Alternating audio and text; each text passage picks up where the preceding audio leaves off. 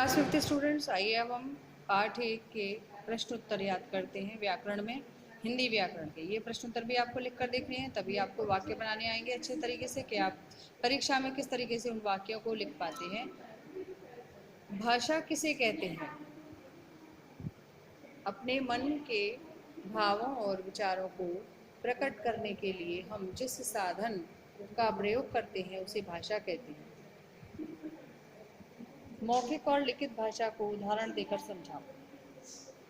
मौखिक भाषा में अपने भावों अथवा विचारों को बोलकर प्रकट किया जाता है और सुनकर समझा जाता है। जैसे कैसी हो अलका, जब हम किसी से पूछेंगे ना तभी क्या पूछेंगे, कैसी हो अलका, ठीक हूँ, तुम कैसे हो अमित, तो ये उसने सुनकर जवाब दिया, तो ये हो गई हमारी मौखिक भाषा।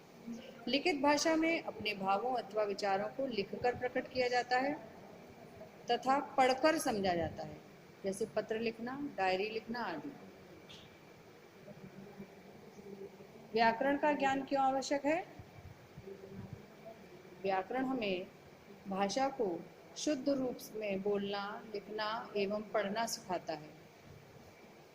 व्याकरण की सहायता से हमें शब्दों तथा वाक्यों के शुद्ध रूप की पहचान होती है, इसलिए व्याकरण का ज्ञान आवश्यक है।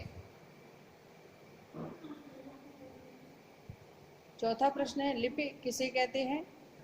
हिंदी और संस्कृत की लिपियां क्या हैं? जिन चिन्हों के द्वारा किसी भाषा को लिखा जाता है, उन्हें लिपि कहते हैं, विराम। अलग अलग भाषाओं को अलग अलग लिपियों में लिखा जाता है।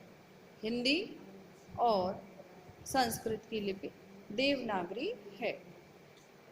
तो ये जो आपके उत्तर के बाद देखो विराम चिन्ह लगे हुए हैं, प्रश्न के बाद प्रश्नवाचक चिन्ह लगे हुए हैं, ये आपको लगाने हैं। ये इम्पॉर्टेंट होते हैं, बहुत ही आवश्यक होते हैं। जब आपका उत्तर समाप्त होता है तो हम विराम चिन्ह का प्रयोग करते हैं।